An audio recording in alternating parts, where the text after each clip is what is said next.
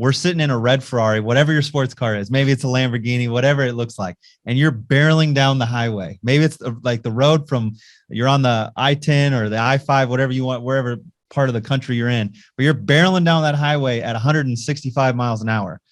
Your car can only take that for so long, right? Like, now we don't think that it's going to come to a screeching halt, put it in reverse and go the other direction. We just think it's going to come back down to the speed limit. You know, it's going to come back down to that 75-mile-an-hour range and continue to grow, but just at a pace that's reasonable, that we can manage, that we can actually control in a certain extent. So it's cool to see that, but that's probably the best analogy that you're going to have. Right now, we're barreling down the highway. Yeah, we need to slow down a little bit, but that doesn't mean we need to come to a screeching halt.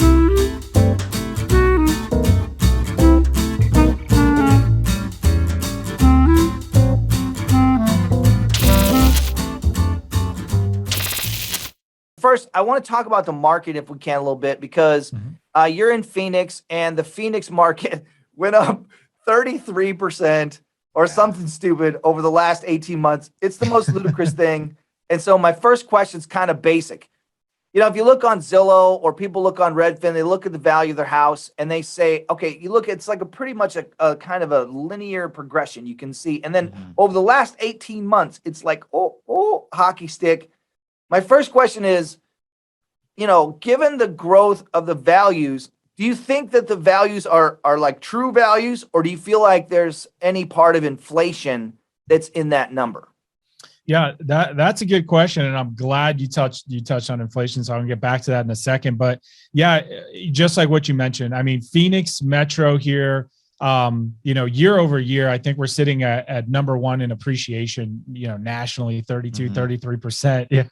Yeah. Good and bad, right? Because, you know, that's awesome. But, you know, how long is that sustainable at that pace, you know? So yeah, we went a lot of years with just that steady growth, 5, 6, 7%. And to have this big growth, you know, over the last year was certainly partly driven, I should say, with the pandemic, with inflation. We had a lot of immigration coming in.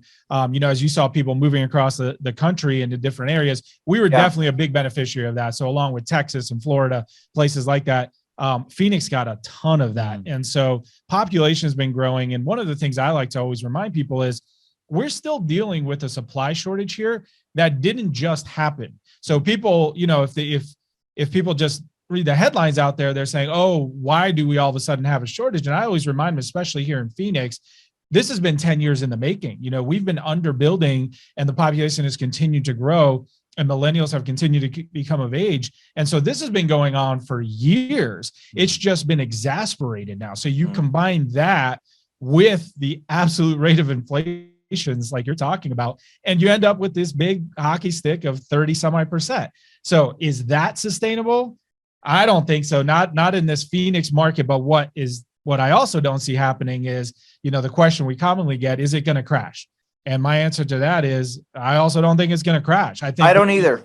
Yeah. And I think what we've seen is the huge run up with the inflation and a catch up to it that will, in my opinion, level out. But I think the levels that we're seeing here will probably stay there, continue to rise just at a much more gradual pace. And so even if over the next, you know, year or two, we do see a slight dip, it's going to be minor and compared to what we've got, you know, because I always say the conditions for a big decrease or a crash are just not there. We simply don't have the supply.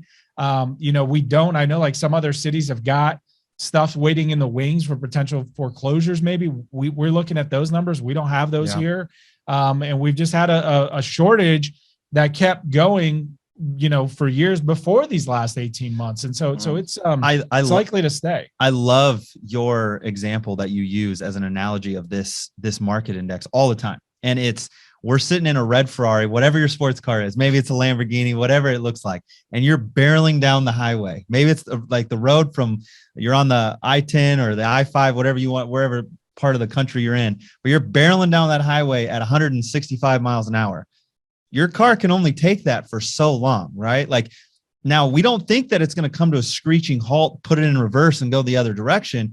We just think it's going to come back down to the speed limit. You know, it's going to come back down to that 75-mile-an-hour range and continue to grow, but just at a pace that's reasonable, that we can manage, that we can actually control in a certain extent. So it's cool to see that, but that's probably the best analogy that you're going to have. Right now, we're barreling down the highway. Yeah. We need to slow down a little bit, but that doesn't mean we need to come to a screeching halt. Right. Yeah. And like, if you compare it, like, it seems like, at least for our community in Phoenix, everything compares to 2008, right? That's where everybody's memory stops. And if you look at 2008, we didn't have an inventory shortage. What we had is an overabundance of buyers. That's a huge difference, right? And those buyers can disappear like that, and they did, and that's why the market began its collapse. You can't just increase inventory with a snap of your fingers.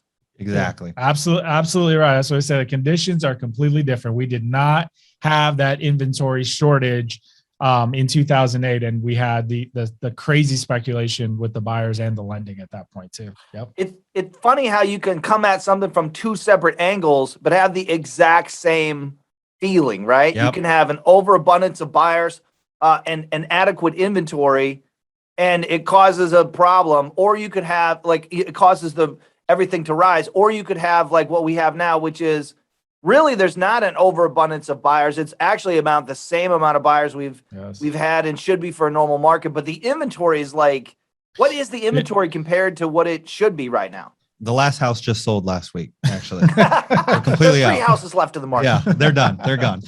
We got to wait till next week, and maybe we'll have a few more. So yeah, that's what it feels like for sure. But yeah, we hit at the beginning of this year, we hit all-time record lows for the Phoenix market, as long as they've been keeping records. So normal inventory in our market is about 25 to 28,000. Let's call it 25 to 30,000 active listings at any given time. And we came into this year sitting at below 5,000.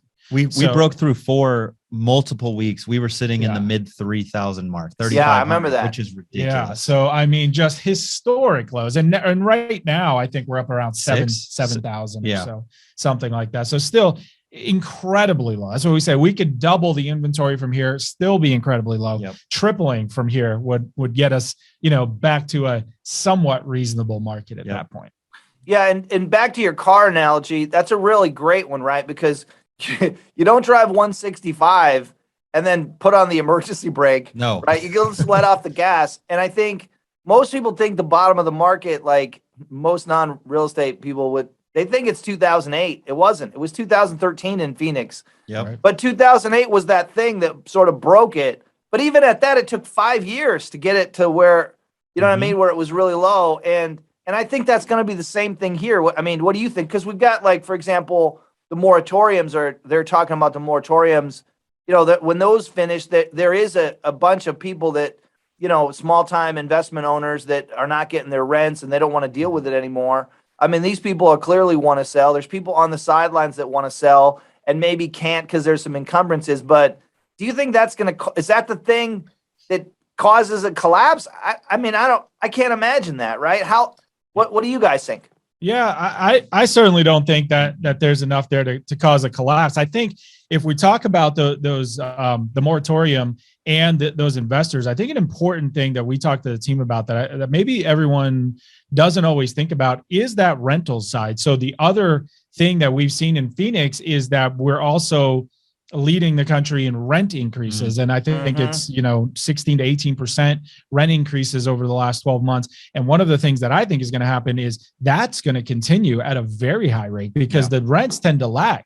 And so part of what we're seeing too is that you're going to continue to see, people that are at the lower end of the market, the entry level, if you will, they're going to continue to get priced out. They're going to be renters. And so that demand for rentals is going to actually increase, in my opinion. And so here in Phoenix, you're going to have, maybe some of those investors got tired of it and want out of there, but the the demand, I should say, for rentals and those investors here is going to actually go up. And so we're going to see rents continue to go up probably over the next year higher than I think those prices are. And we're going to see that the number of renters here increase at a higher rate than we've seen in the last 18 months. So that's going to keep pressure on that and have those prices up. That's where we run into the thing with the prices the affordability. But what happens to those people? They don't go homeless. They often become renters. I think I have more of an impact in our market that we're going to look at for the next few years to watch is going to be the vacation rental market. Like what impact that has on our market.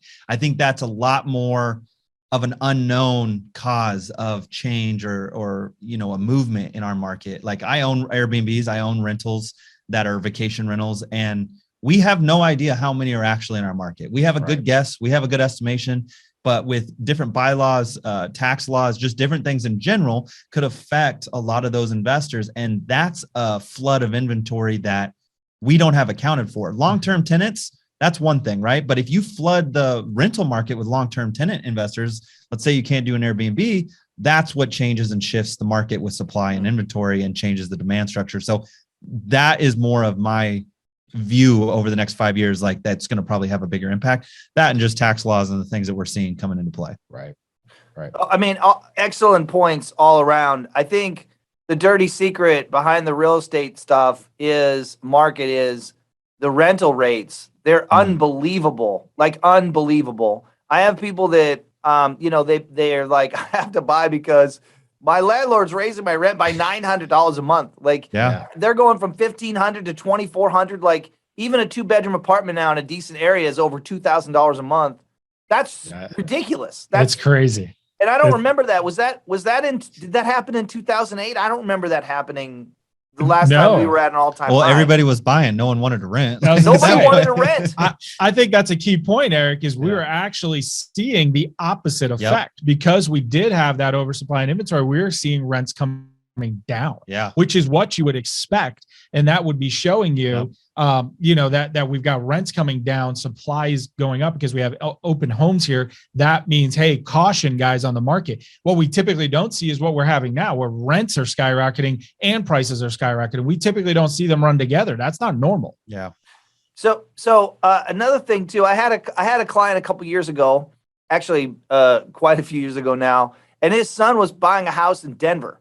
And I remember I was like, the house was like 200,000, and then was like 400,000. I was like, what's going on in Denver? And the entire time it was happening, I kept saying to myself, and I was actually telling him, which is terrible. I was like, I think they're going to go down. They can't go up this much. They can't. And the same thing happened in Portland. And then I look at what's happening here, and I'm just like, is there a parallel between what happened to Denver and Portland and what's happening here, or is it my imagination? I think it's a little bit different here. Especially with Denver, over those years, remember they were the first ones that legalized, marijuana and had that industry come in there too, which really helped drive a lot of that business and inflow that came in there because they were the first movers on that. I think one of the things that was really helped Phoenix out since the 2008 that everybody thinks about is we were very one-dimensional at that time here in employment as well. And that has since changed quite a bit. So now we've got a lot more tech that's here, medical, just a more diversified base that helps, both increase wages, obviously much slower than the homes, but just increasing that base. So the population has continued to grow at a very steady level here. Businesses have continued to come here, and we still have that supply. So yes, are we going to run into, or are we already potentially running into some affordability issues?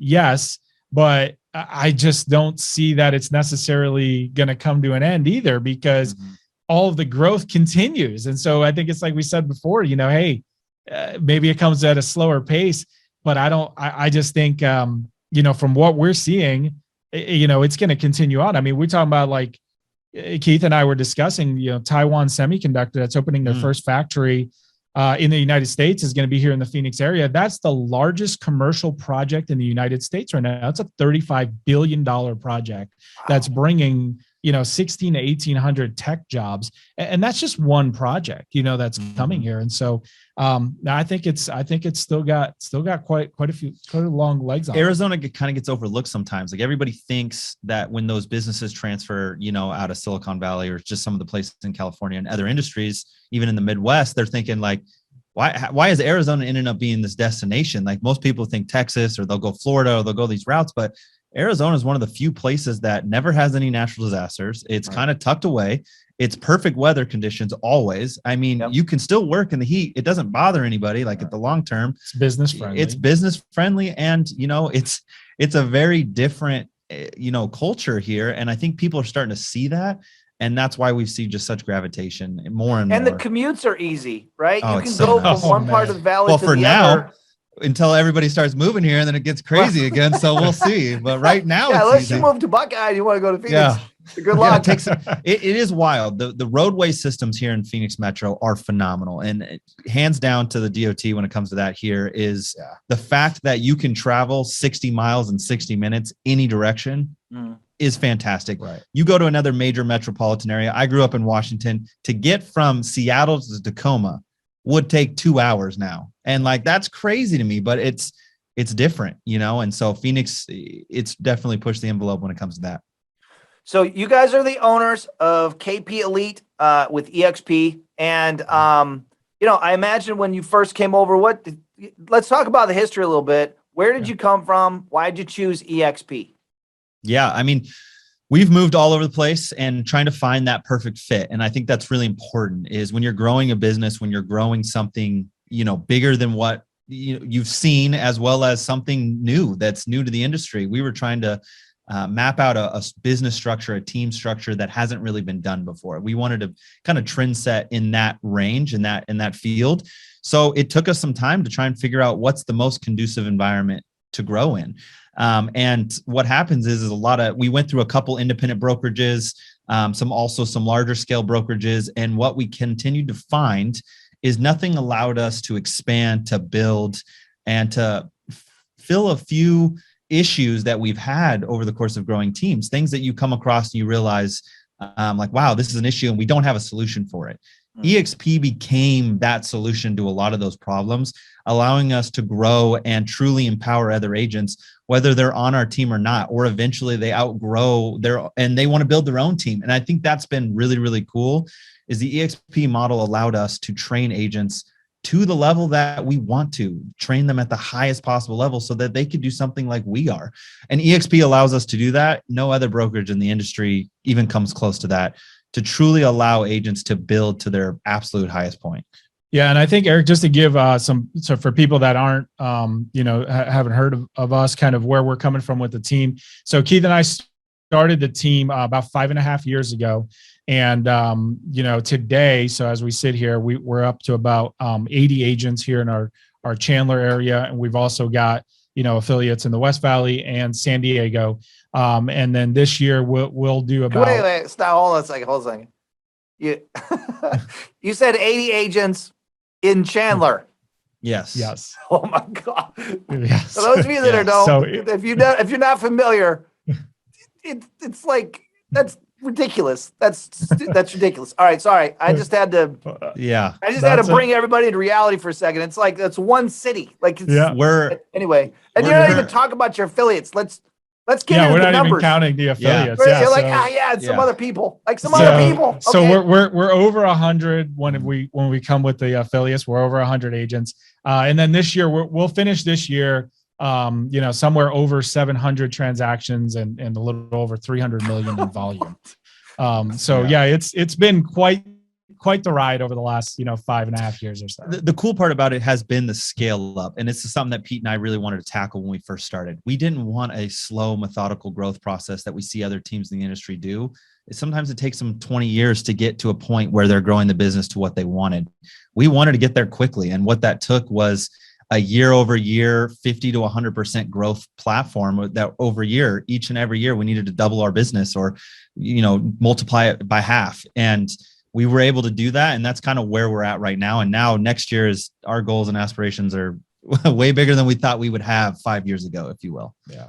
That's funny because, most people, first of all, most people never get to the level that you're at. So congratulations, guys. I know it's been a stupid amount of work to say the least. A lot of work. Most people that they look at this and they go, "Oh, you guys are so lucky," and all this. But like, so let me just ask a couple questions. First, do you feel like we got it, no problem, or do you still feel like that? Like I gotta get more, I gotta do more. Is there a hunger there, or are you feeling great about yourselves? Man, every day there's a hunger there. And I think, when that hunger goes away, it's probably time to hang it up. It's important to keep growing, and keep evolving. The one thing that we always say in this business will always keep changing.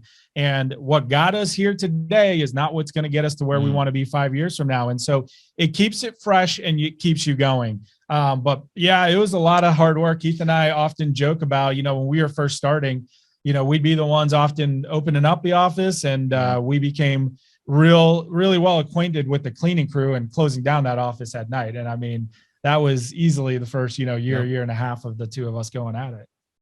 Yeah. Can we talk about that for a minute? When you first started, what was it like when you first started? Obviously you started as agents, and you were real good. You found probably a specialty. But what was it like when you first started before you were officially a team?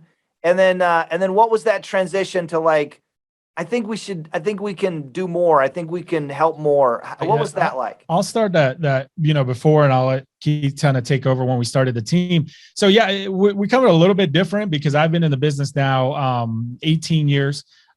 Keith's been on, less than I have. I'll let him touch on that later. But so we're coming at different points of it. But the good part about that is we complement each other. And so we have different personalities, different skill sets, and that was important in the partnership. And so, yeah, when we met, we were on another team. And so one of the unique things that we could bring early on was we had been on another team, and we could see, how things were working there. And that kind of was an integral part, I think, and for us setting up, what we wanted, what was good and what wasn't, and what we wanted that vision to look like from there.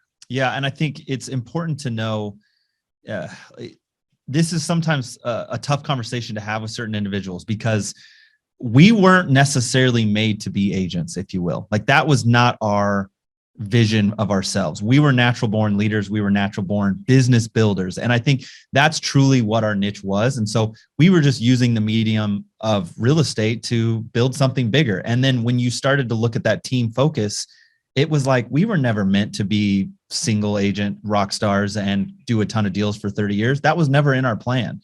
We truly were business builders. We had more of that CEO build something bigger than us mindset.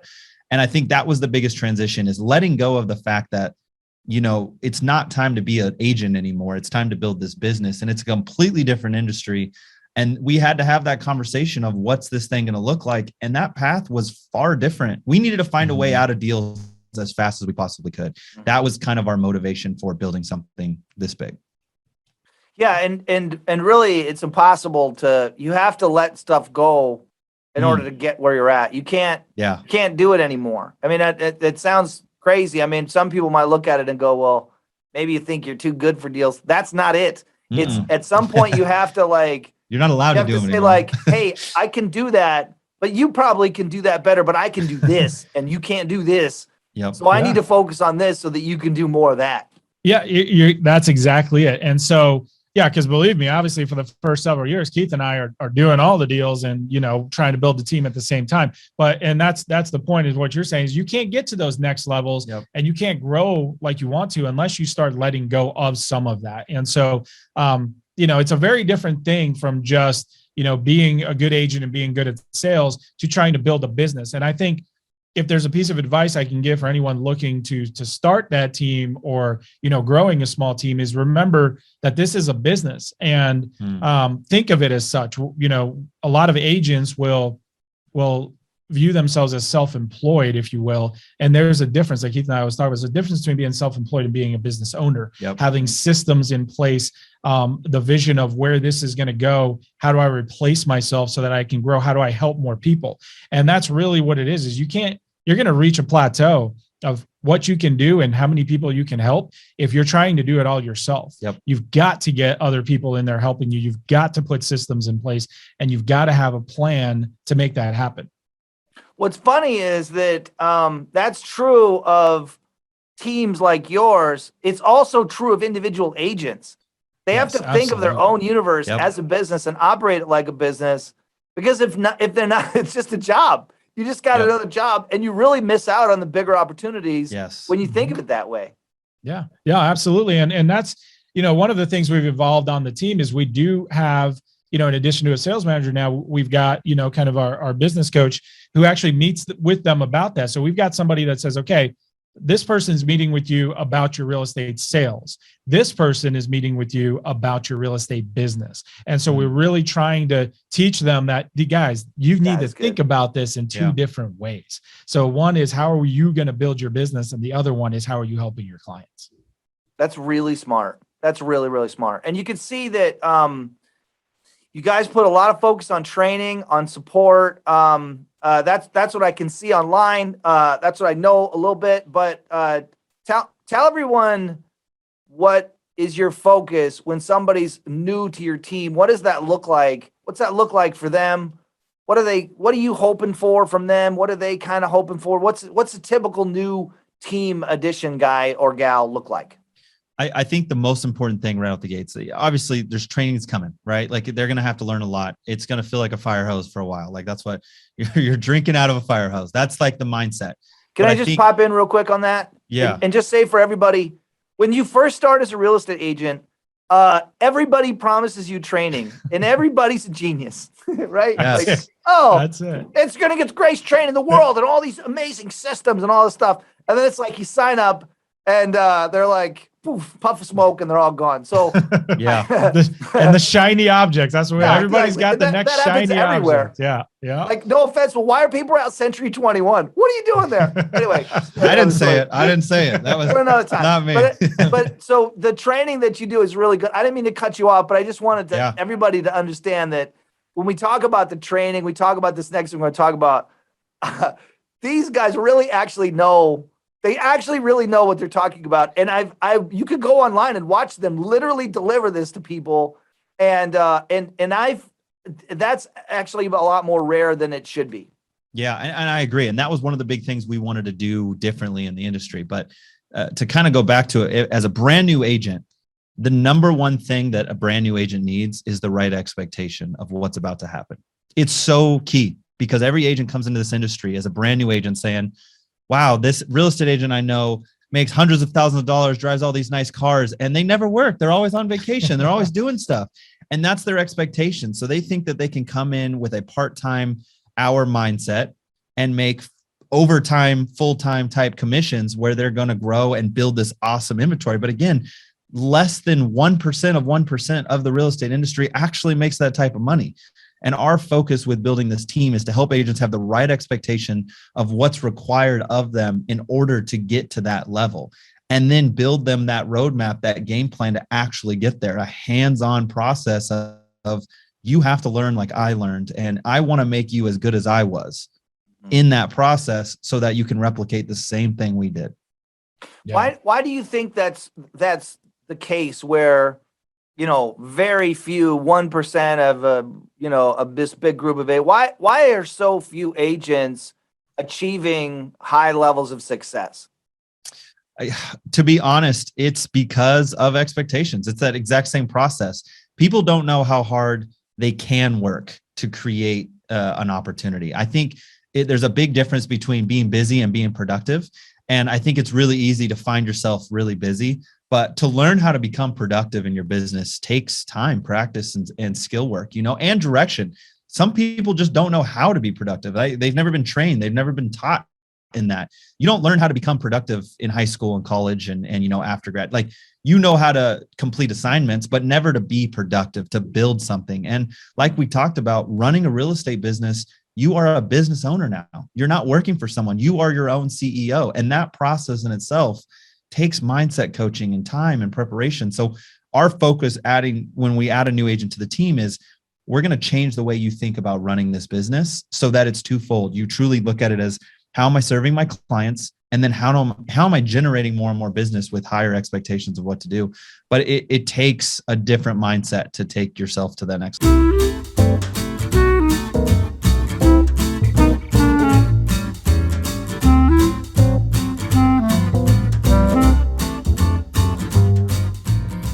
Drop it the comment, like it, and subscribe. Blah, blah, blah.